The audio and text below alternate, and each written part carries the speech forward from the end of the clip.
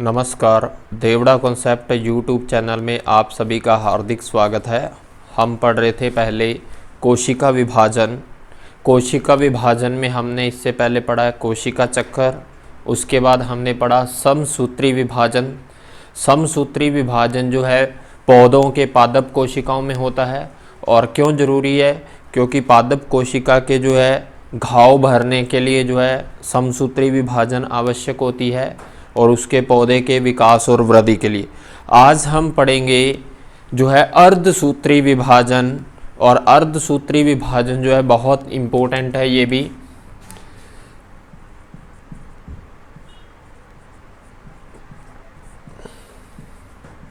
अर्धसूत्री विभाजन इसे कहते हैं मियोसिस। अर्धसूत्री जो विभाजन है इसकी जो खोज की थी वो थी बीजमैन ने, और इसका जो नामकरण किया है वो है फार्मर व मूरे।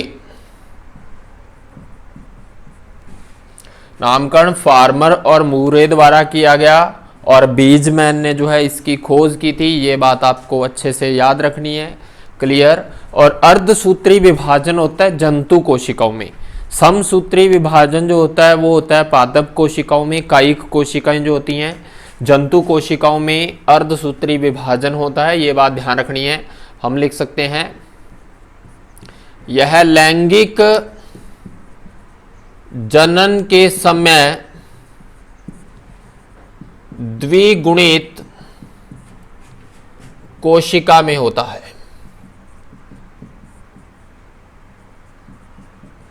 लैंगिक जनन के समय जो है द्विगुणित कोशिकाओं में होता है। उसके बाद हम बात करें तो द्विगुणित कोशिकाओं में अर्धसूत्री विभाजन से जो है जिससे अगुणित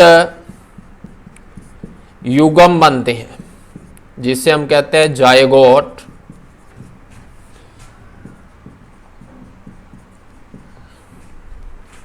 उसके बाद हम बात करें इससे संतति कोशिका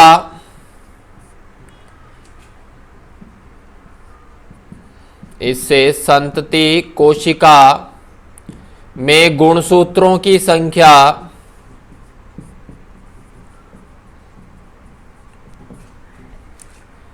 जनक कोशिका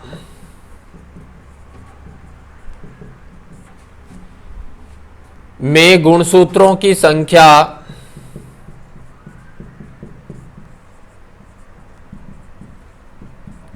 का आधा होती है।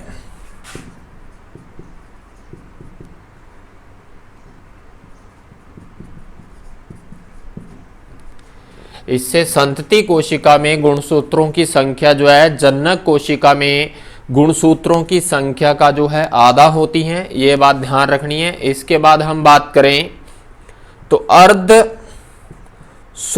विभाजन दो चरणों में पूरा होता है।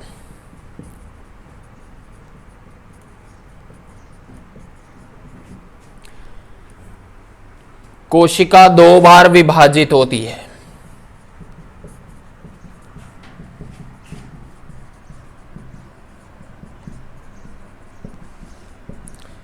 क्लियर।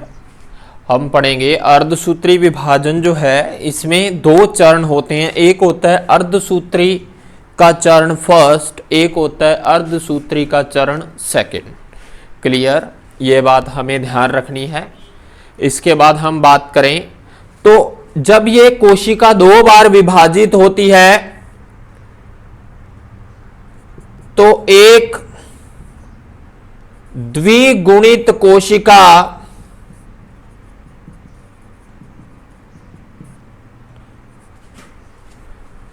से चार अगुणित संतति कोशिका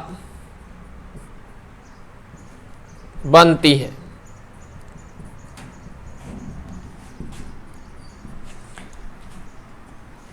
तो अर्धसूत्री विभाजन दो चरणों में पूरा होता है। कोशिका 2 बार विभाजित होती है तो एक द्विगुणित कोशिका में 4 अगुणित संतति कोशिकाएं बनती हैं। ये बात आपको ध्यान रखनी है। क्लियर। इसके बाद हम चलें तो इसके 2 चरण होते हैं अर्धसूत्री विभाजन के, तो उसके बारे में हम चर्चा करते हैं।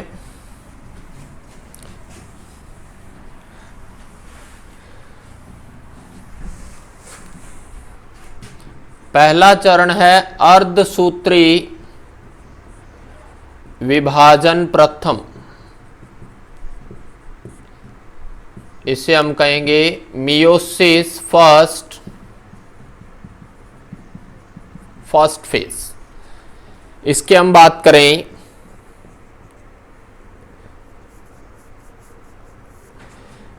इसमें कोशिका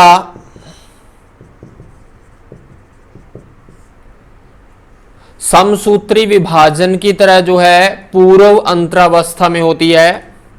कोशिका समसूत्री विभाजन की तरह पूर्व अंतरावस्था में होती है, ये बात ध्यान रखनी है। उसके बाद जो है अंतरावस्था में कोशिका आवश्यक पदार्थ कोशिका विभाजन हेतु आवश्यक पदार्थ संग्रहित करती है। क्लियर।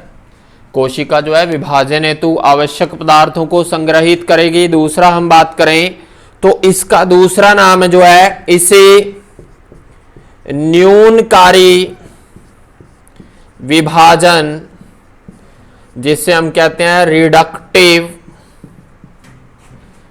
डिवीजन,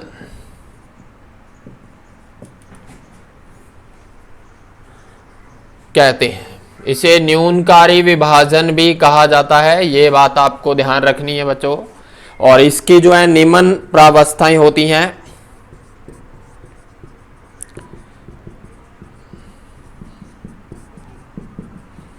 इसकी जो है निम्न प्रावस्थाएं होती हैं। इसका डायग्राम जो है यहां पर आपको देखिए, स्क्रीन पर आपको डायग्राम दिख रहा होगा।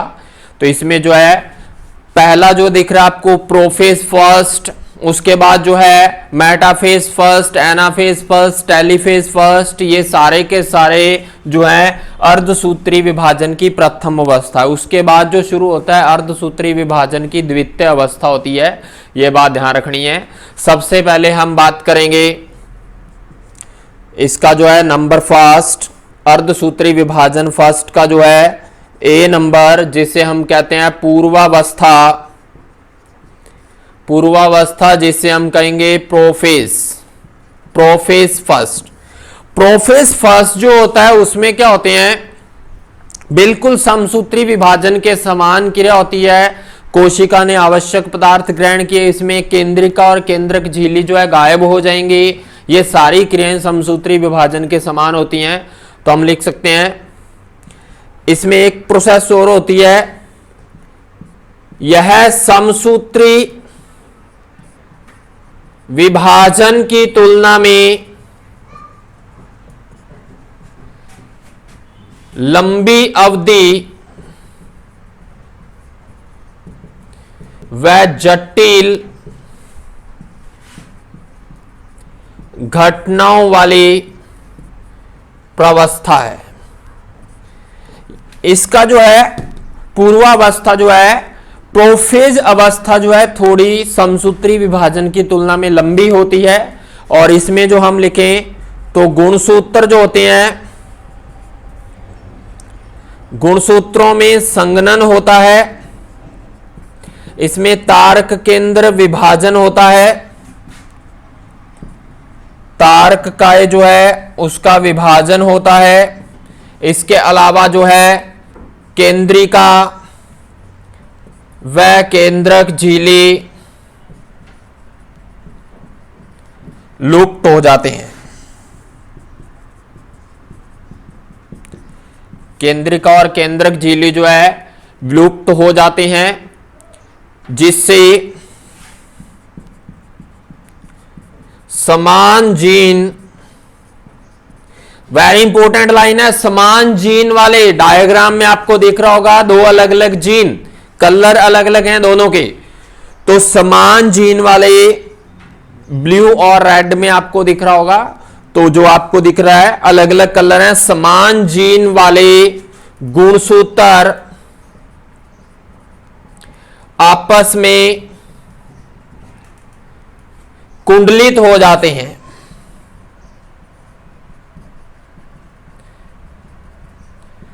क्लियर? जैसा डायग्राम में दिख रहा है आपको, अलग अलग कलर्स में समान जीन वाले गुणसूत्र आपस में कुंडलित हो जाते हैं, जिससे क्रोमेटिड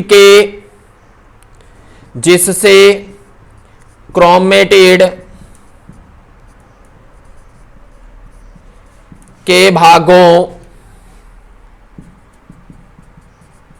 का आदान प्रदान होता है।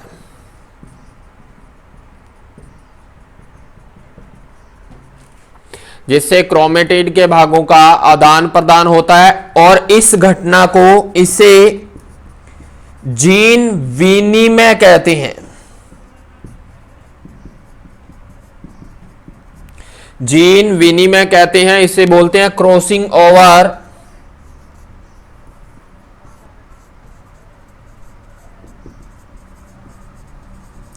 क्रॉसिंग ओवर, इस अवस्था को जो है जीन विनिमय जो है, इसे क्रॉसिंग ओवर के नाम से जानते हैं। ये बात ध्यान रखनी है।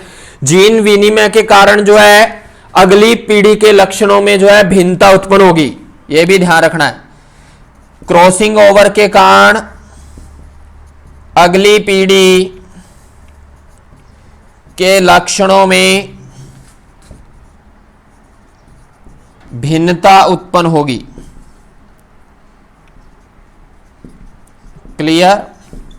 ये थी अपने प्रोफेज जो है फर्स्ट अवस्था, बिल्कुल समसूत्री विभाजन के समान है, लेकिन इसमें जो है लंबी अवधि होती है और इसमें समान जीन वाले गुणसूत्र जो है आपस में जुड़ जाते हैं और क्रोमेटिड का आदान प्रदान करते हैं। जो भी आवश्यक पदार्थ होते हैं वो आपस में आदान प्रदान करते हैं, और इस घटना को जीन विनिमय कहते हैं। जीन विनिमय के कारण क्या होता है, नेक्स्ट पीढ़ी में लक्षणों में भिन्नता उत्पन्न होगी। क्लियर?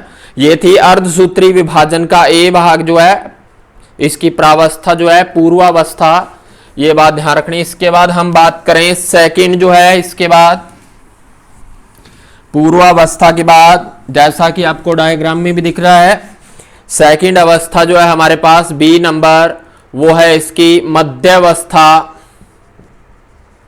जिसे हम कहते हैं मेटाफेज फर्स्ट। मेटाफेज फर्स्ट, और मेटाफेज फर्स्ट में क्या होता है, इसमें ध्रुव व तारक केंद्र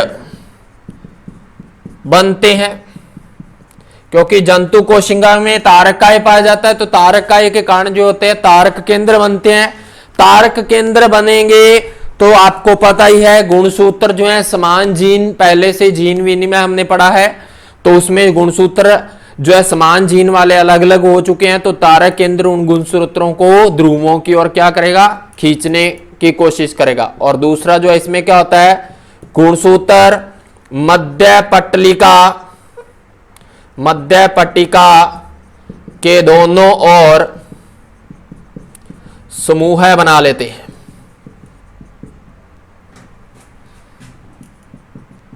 समूह बनाकर जो है उसमें जमा होना शुरू हो जाते हैं, जैसा आपको डायग्राम में दिख रहा है। मेटाफेज के अंदर ये ध्यान रखना है, उसमें गुणसूत्र जो है मध्य पटलिका के दोनों ओर जो है समूह बना लेते हैं। इसके बाद तीसरी अवस्था जो इसकी वो है पश्चावस्था। पश्चावस्था जो होती है इसको बोलते हैं हम एनाफेज फर्स्ट। एनाफेज फर्स्ट में इसमें जो है समसूत्री विभाजन के समान सेंट्रोमियर का विभाजन नहीं होता, यानी कि गुणसूत्र जो है सेंट्रोमियर से अलग नहीं होते इसके अंदर। क्लियर? उसके बाद हम बात करें तो गुणसूत्र अपने ध्रुवों की ओर गमन करते हैं। जैसा आपको डायग्राम में दिख रहा है, वी आकार के रूप में जो है गुणसूत्र जो है बने हुए हैं। तो वी आकार के रूप में जो गुणसूत्र इकट्ठे हो जाते हैं तो वो ध्रुवों की ओर खींचना प्रारंभ कर देते हैं पश्चावस्था में। इसके बाद आता है इसकी जो है अंतरावस्था। अंतरावस्था जो होती है जिसे हम कहते हैं टेलोफेज। Telophase first. इसके अंदर जो है गुणसूत्र अकुंडलित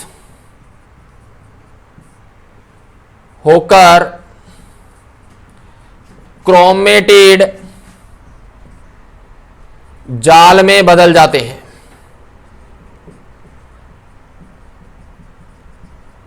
यह बात ध्यान रखनी है, गुणसूत्र जो है अकुंडलित होकर क्रोमेटिन जाल बना लेते हैं। उसके बाद क्या होता है, क्रोमेटिन जाल, क्रोमेटिड जो जाल होता है, जाल के चारों ओर केंद्रक झिल्ली व केंद्रिका बनती है। देखिए क्रोमेटिड गुणसूत्रों में डायग्राम में आपको दिख रहा है, उसी प्रकार से जो है गुणसूत्रों के चारों ओर जो है एक जाल बनता है क्रोमेटिड, उसके चारों ओर एक केंद्रक झिल्ली और केंद्रिका, यानी कि टेलोफेज अवस्था में। प्रोफेज अवस्था में क्या था, केंद्रक झिल्ली और ये गायब हुए थे, यहां पर क्या मिल गया हमें, वापिस आ गए, वापिस प्रकट होते हैं। उसके बाद हम बात करें कोशिका द्रव्य, इसमें जो है केंद्रक विभाजन,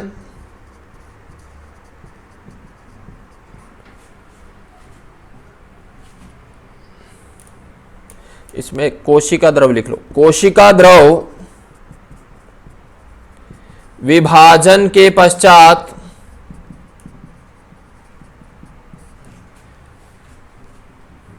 प्रत्येक गुणसूत्र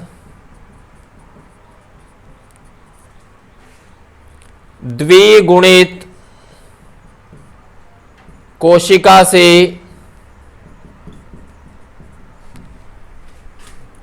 दो अगुणित संतति कोशिका बनती है। अंतरावस्था के अंदर क्या हो रहा है, अंतरावस्था के लास्ट में क्या हो रहा है, कोशिका द्रव के विभाजन के पश्चात प्रत्येक गुणसूत्र जो है द्विगुणित कोशिका में, प्रत्येक द्विगुणित कोशिका से दो अगुणित कोशिका बनती हैं, यह ध्यान रखना है। क्लियर। इसके बाद ये थी हमारे अर्धसूत्री विभाजन की फर्स्ट अवस्था। इसके बाद हम बात करें तो वो है हमारे पास अर्धसूत्री विभाजन की सेकंड अवस्था जो है उसके बारे में हम चर्चा करें।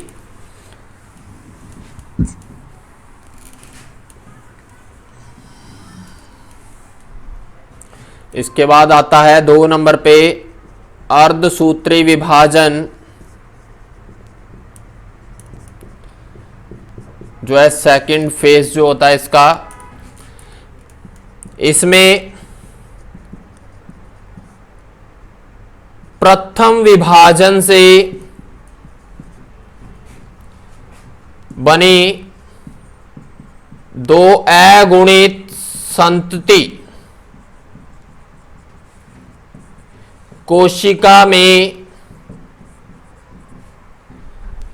समसूत्री विभाजन के समान एक और विभाजन होता है। बिल्कुल वैसे का वैसा ही विभाजन होगा जिसे हम सेकंड विभाजन कहते हैं। और इसमें जो है प्रत्येक अगुणित संतति कोशिका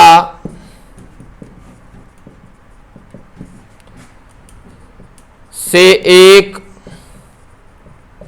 द्विगुणित जनक कोशिका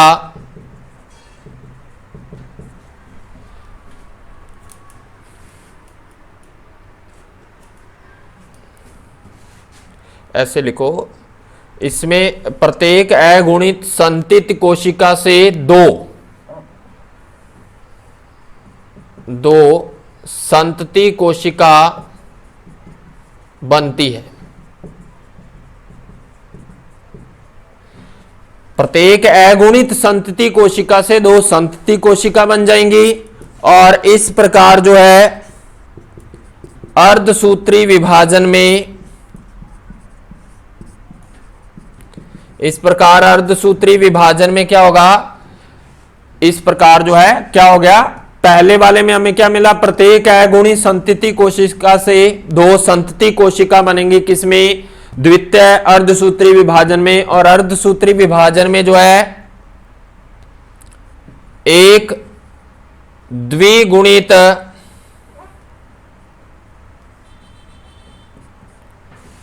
जनक कोशिका से चार अगुणित संतति कोशिका बनती है। क्लियर? इस प्रकार से जो है ये विभाजन होता है। देखिए अर्धसूत्री विभाजन जो है ये दो चरणों में हमने पढ़ा, एक अर्धसूत्री फर्स्ट और एक अर्धसूत्री सेकंड, बिल्कुल समसूत्री के समान है ये। जिस प्रकार से उसमें केंद्रक विभाजन होता है उसी प्रकार से इसमें कोशिका और केंद्रक विभाजन जो है, कोशिका द्रव्य का विभाजन और केंद्रक विभाजन होती है, ये बात ध्यान रखनी है।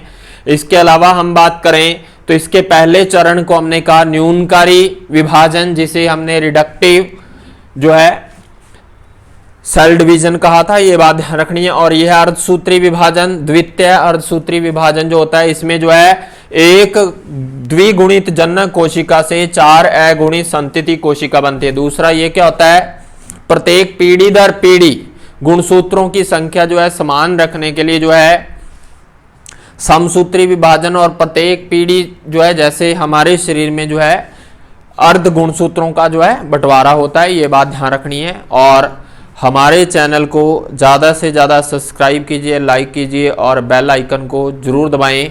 इससे पहले जितने भी पार्ट्स हैं बायोलॉजी के, उनका लिंक नीचे डिस्क्रिप्शन बॉक्स में दिया गया है, उन्हें ज़रूर देखें और चैनल को लाइक और शेयर कीजिए। धन्यवाद।